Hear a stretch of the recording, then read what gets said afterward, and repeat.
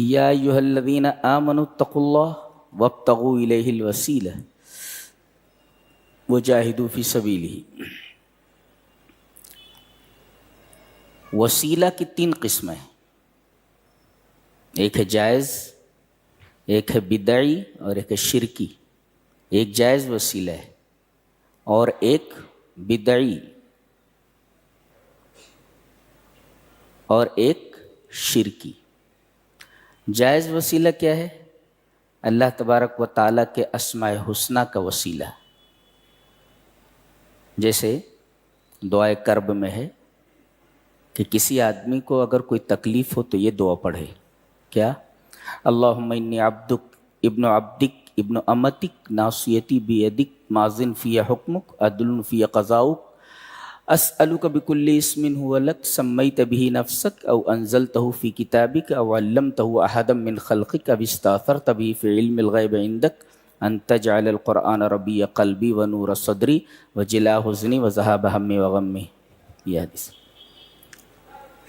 میں تجھ سے سوال کرتا ہوں تیرے ان تمام ناموں کے حوالے سے جو نام تو نے خود اپنا رکھا ہے یا تو نے اپنی کسی مخلوق کو بتا دیا ہے، اور ان ناموں کے حوالے سے بھی، وسیلے سے بھی، جو نام ابھی خزائن غیب سے باہر ہی نہیں آئے۔ اللہ، یعنی بعض نام اللہ نے ہمیں بتا دیے ہیں، تو میں ان تمام اسماء حسنی کے وسیلے سے تجھ سے دعا کرتا ہوں۔ یہ ہے اللہ کے اسماء حسنی کے وسیلے سے دعا کرنا، جیسا کہ دعائے کرب سے ثابت ہے۔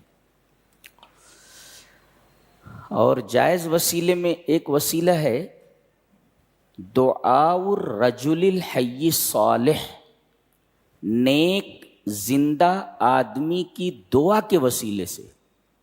ذات کا وسیلہ نہیں ہوتا دعا میں، نبی کی ذات کا وسیلہ نہیں لیا جا سکتا، جی نبی کی دعا کا وسیلہ۔ اس کی دلیل کیا ہے؟ ایک دفعہ قحط پڑ گیا تو حضرت عمر رضی اللہ تعالیٰ عنہ حضرت عباس ابن عبد المطلب، جو اس وقت مدینہ میں سب سے بزرگ تھے، بڑے نیک تھے، ان کے پاس آئے اور کہا کہ چلیے اللہ سے دعا کیجئے۔ دیکھیے اب عباس ابن عبد المطلب ایک نیک آدمی ہیں، زندہ ہیں، ان کی دعا کے وسیلے سے بارش مانگی جا رہی ہے، اور وہیں نبی کریم صلی اللہ علیہ وسلم کی قبر مبارک ہے سامنے ہی۔ وہاں جا کر کے بارش کے لیے دعا نہیں مانگی جا رہی ہے۔ ہاں، تو دعاء الرجل الحی الصالح، نیک آدمی ہو، زندہ ہو، اور اس کی دعا کا وسیلہ ہو، نہ کہ اس کی ذات کا۔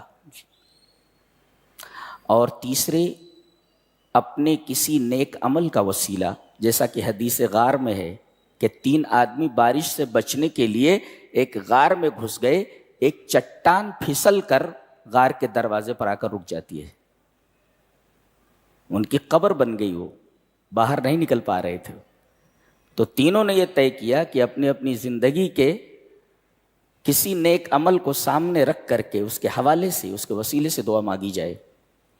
تینوں نے ایک ایک عمل، جیسا کہ آپ کو معلوم ہے، ایک ایک عمل کا وسیلہ لے کر کے دعا مانگی، اور ہر بار چٹان تھوڑی تھوڑی سرک جاتی تھی، یہاں تک کہ تیسرے نے جب اپنے عمل کے وسیلے سے دعا مانگی تو چٹان اتنی نیچے آ گئی کہ اس سے آدمی باہر نکل سکتا تھا۔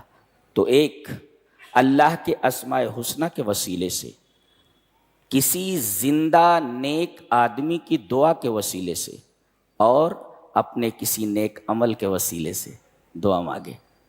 جی، کہے اللہ سے، اے اللہ میں نے ایک عمل کیا تھا، اگر وہ عمل تجھے پسند ہے تو میں اس عمل کے حوالے سے، وسیلے سے دعا مانگتا ہوں کہ میری یہ دعا قبول کر لے۔ جی، یہ ہے جائز دعا جس کی 3 شقیں، اور ایک ہے بدعی دعا، جیسے کسی کے جاہ سے دعا مانگنا، کسی کے طفیل سے، محمد کے طفیل سے یہ دعا قبول کر لے صلی اللہ علیہ وسلم، جائز نہیں ہے. جی جی، کسی کا طفیل بجاہ نبی صلی اللہ علیہ وسلم، ہذا غلط، صحیح نہیں ہے. یہ شرک تو نہیں مگر وسیلہ شرک ہے. اور تیسرا جو شرکی ہے، کسی مردے سے دعا مانگنا، کسی قبر کے اوپر جا کر کے اس سے استمداد کرنا کہ بابا میرا یہ کام کر دیجئے، تو چونکہ یہ استمداد بالموتى ہے، استمداد بالمیت ہے، ہذا حرام، شرک ہے یہ. لہذا یہ 3 قسم کے وسیلے ہیں جس میں ایک جائز ہے، ایک بدعی ہے اور ایک شرکی ہے. ایک جائز، ایک وسیلہ شرک، ایک ڈائریکٹ شرک. جی.